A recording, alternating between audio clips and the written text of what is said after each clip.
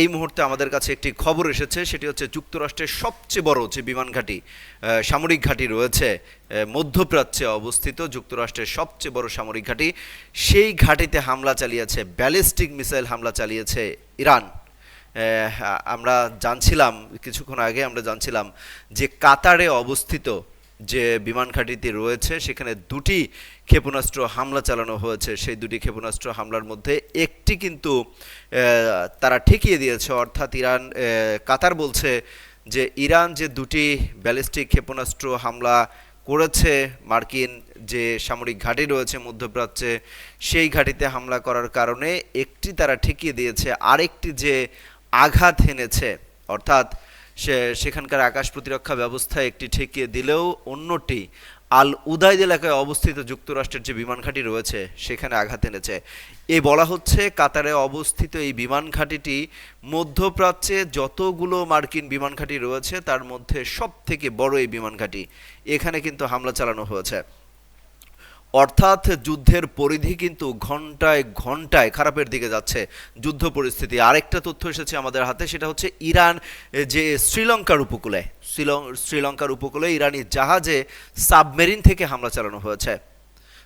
যে হামলা হয়েছে সেখানে এখন পর্যন্ত ৭৮ জন নিহত হয়েছে এবং আহত হয়েছে ৭৮ জন, এবং নিখোঁজ রয়েছে শতাধিক মানুষ নিখোঁজ রয়েছে এখন পর্যন্ত। অর্থাৎ শ্রীলঙ্কার উপকূলে ইরানি জাহাজে সাবমেরিন থেকে হামলা চালানো হয়েছে, সেখানে ৭৮ জন এখন পর্যন্ত আহত হয়েছে এবং ১০০-র উপরে মানুষ এখন পর্যন্ত নিখোঁজ রয়েছে, এই তথ্য জানিয়েছে শ্রীলঙ্কার পক্ষ থেকেও এই তথ্য জানানো হয়েছে। এবং হরমুজ প্রণালী দিয়ে কিন্তু এখন পর্যন্ত কোনো ধরনের জাহাজ চলাচল করছে না, পুরোটাই ইরানের নিয়ন্ত্রণে রয়েছে, সেই তথ্য জানানো হয়েছে।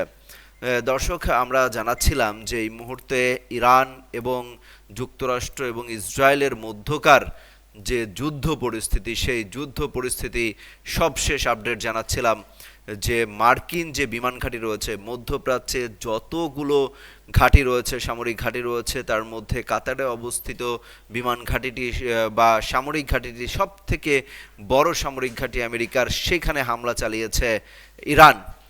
সেই হামলা এখন পর্যন্ত কতজন আহত হয়েছে বা নিখোঁজ রয়েছে বা হতাহত হয়েছে সেই তথ্য কিন্তু এখন পর্যন্ত জানা যায়নি।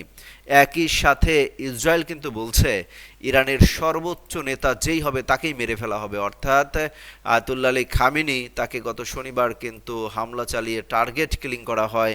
তার পরবর্তীতে তার ছেলেকে সর্বোচ্চ নেতা হিসেবে কিন্তু আয়াতুল্লাহ আলী খামেনির উত্তরসূরি হিসেবে কিন্তু স্থলাভিষিক্ত করা হয়।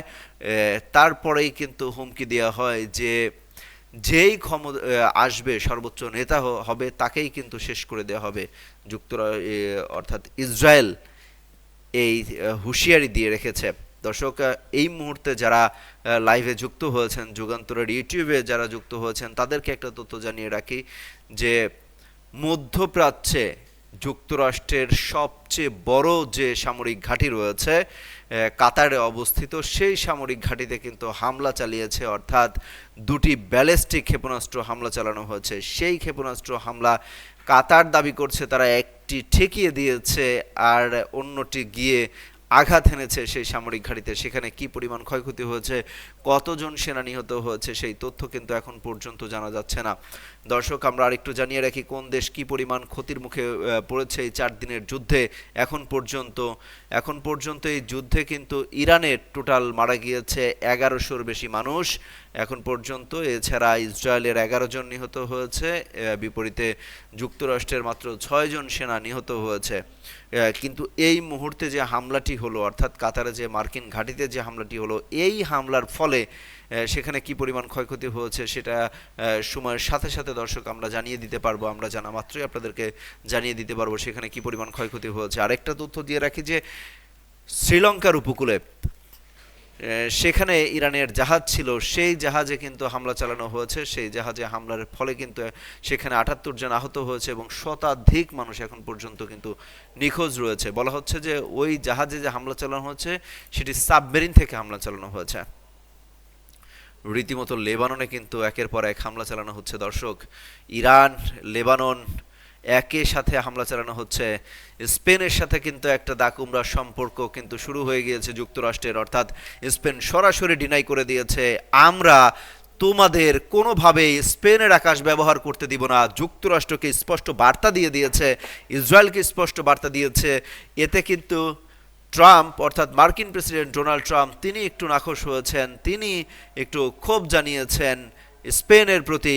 যুক্তরাষ্ট্র চায় যে কোনো দেশের মাটি যে কোনো সময় তিনি ব্যবহার করে ইরানের বিরুদ্ধে লেগে যাবেন, সেই আশার গুড়ে কিন্তু বালি দিয়ে দিয়েছে স্পেন।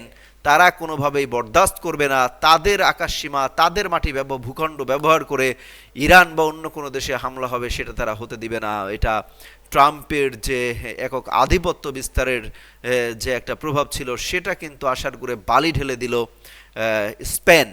একই সাথে ফ্রান্স আবার বিপরীত পরিকল্পনা করছে, বিপরীত আচরণ দেখাচ্ছে। তারা কিন্তু মধ্যপ্রাচ্যের অন্যান্য দেশের সহায়তায় কিন্তু তারা তাদের যুদ্ধ বিমান বা যে রণতরী তাদের যে জাহাজ সেটি কিন্তু মোতায়েনের ঘোষণা দিয়ে ফেলেছে। এরই মধ্যে জার্মানিও এরই মধ্যে বলেছে তারা কিন্তু ইরান যে হামলা চালাচ্ছে দেশে দেশে বিভিন্ন মধ্যপ্রাচ্যের বিভিন্ন ঘাঁটিতে, সেসব বরদাস্ত করবে না। তারাও এটা নিয়ে প্রতিবাদ জানিয়েছে এবং এটার যে কোনো সময় যুদ্ধ বড় পরিসরে লেগে যেতে পারে সেই সংখ্যার কথা বলা হচ্ছে। এরই মধ্যে সৌদি আরব তারা কিন্তু বলেছে যে তারা কিন্তু যে কোনো হামলা মোকাবেলার জন্য প্রস্তুত রয়েছে, অর্থাৎ এই যুদ্ধে সৌদি আরব জড়িয়ে যেতে পারে প্রকাশ্যে সেই ইঙ্গিতও কিন্তু মিলেছে। অর্থাৎ ইরান একাই পশ্চিমা দেশগুলোর সাথে লড়াই করে যাচ্ছে, ইসরায়েলের সাথে লড়াই করে যাচ্ছে, আমেরিকার সাথে লড়াই করে যাচ্ছে।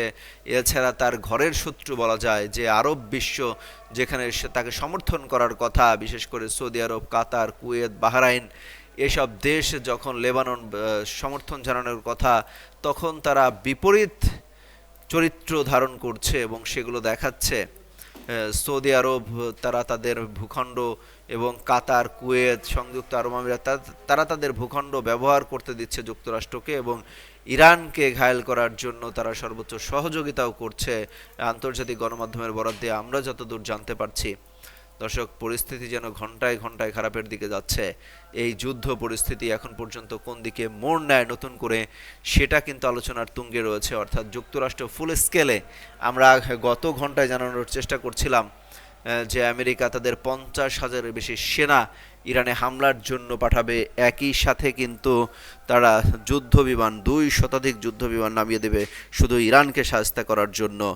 একে মধ্যপ্রাচ্যের দেশে দেশে যে পরিস্থিতি বিরাজ করছে, মধ্যপ্রাচ্যের দেশে দেশে যে যুদ্ধ পরিস্থিতি একের পর এক, যদি হিসেব করেন, খেয়াল করেন, ইরাককে এক প্রকার নরকে পরিণত করা হয়, তারপরে কিন্তু সিরিয়া, একই সাথে লিবিয়া, আফগানিস্তান, এখন ইরান টার্গেট করা হয়েছে। অর্থাৎ পশ্চিমাদের টার্গেট এখন ইরান। এই যে দেশে দেশে একের পর এক যুদ্ধ পরিস্থিতি, এখানে যুক্তরাষ্ট্রের পূর্ণাঙ্গ উস্কানিতেই কিন্তু ইসরায়েল এই হামলা চালিয়েছে এবং এখন পুরোপুরি ইনভলভ হয়ে গিয়েছে যুক্তরাষ্ট্র এই যুদ্ধের সাথে।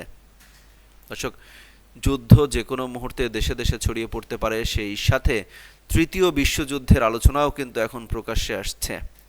যে যদি ইরানের পক্ষ নিয়ে রাশিয়া, চীন বা উত্তর কোরিয়া কেউ যদি প্রকাশ্যে আসে বা অস্ত্র সহায়তা দিতে থাকে বা হামলা চালাতে থাকে, তাহলে কিন্তু পশ্চিমা যে দেশগুলো আছে, বিশেষ করে যে যুদ্ধজাহাজ মোতায়েন করে ফেলেছে ফ্রান্স, একই সাথে জার্মানি যদি প্রকাশ্যে আসে, ব্রিটেন যদি চলে আসে, তাহলে কিন্তু একটা তৃতীয় বিশ্বযুদ্ধের যে দামামা বাঁধার যে শঙ্কা করা হচ্ছিল দীর্ঘদিন ধরেই, সেই শঙ্কা কিন্তু বাস্তবে রূপ নিতে পারে, এমন শঙ্কার কথাও কিন্তু বলছেন অনেকে। সমরবিদদের মতে যে যুদ্ধ পরিস্থিতি মোটেও ভালোভাবে নেওয়া হচ্ছে না বা ভালো দিকে যাচ্ছে না, সমাধানের কোনো পথ তারা এখন পর্যন্ত দেখতে পাচ্ছেন না। অর্থাৎ একাই লড়ে যাচ্ছে ইরান।